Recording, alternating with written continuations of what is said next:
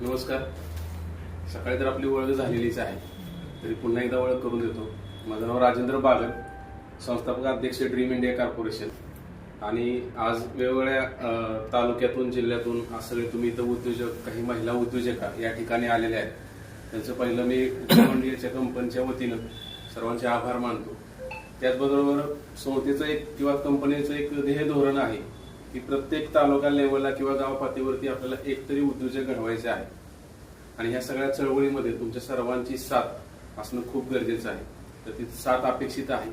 आज या ठिकाणी जे तुम्हाला शेतीपूरक, कॉस्मेटिक, इलेक्ट्रॉनिक्स, इलेक्ट्रिकल्स, हेल्थवरचे हे जे काय यातल्या जे काही वेगवेगळ्या आयडियाज दिल्या, किमान 40-50 प्लस तुम्हाला एक ठिकाणी आयडियाज मिळाल्या.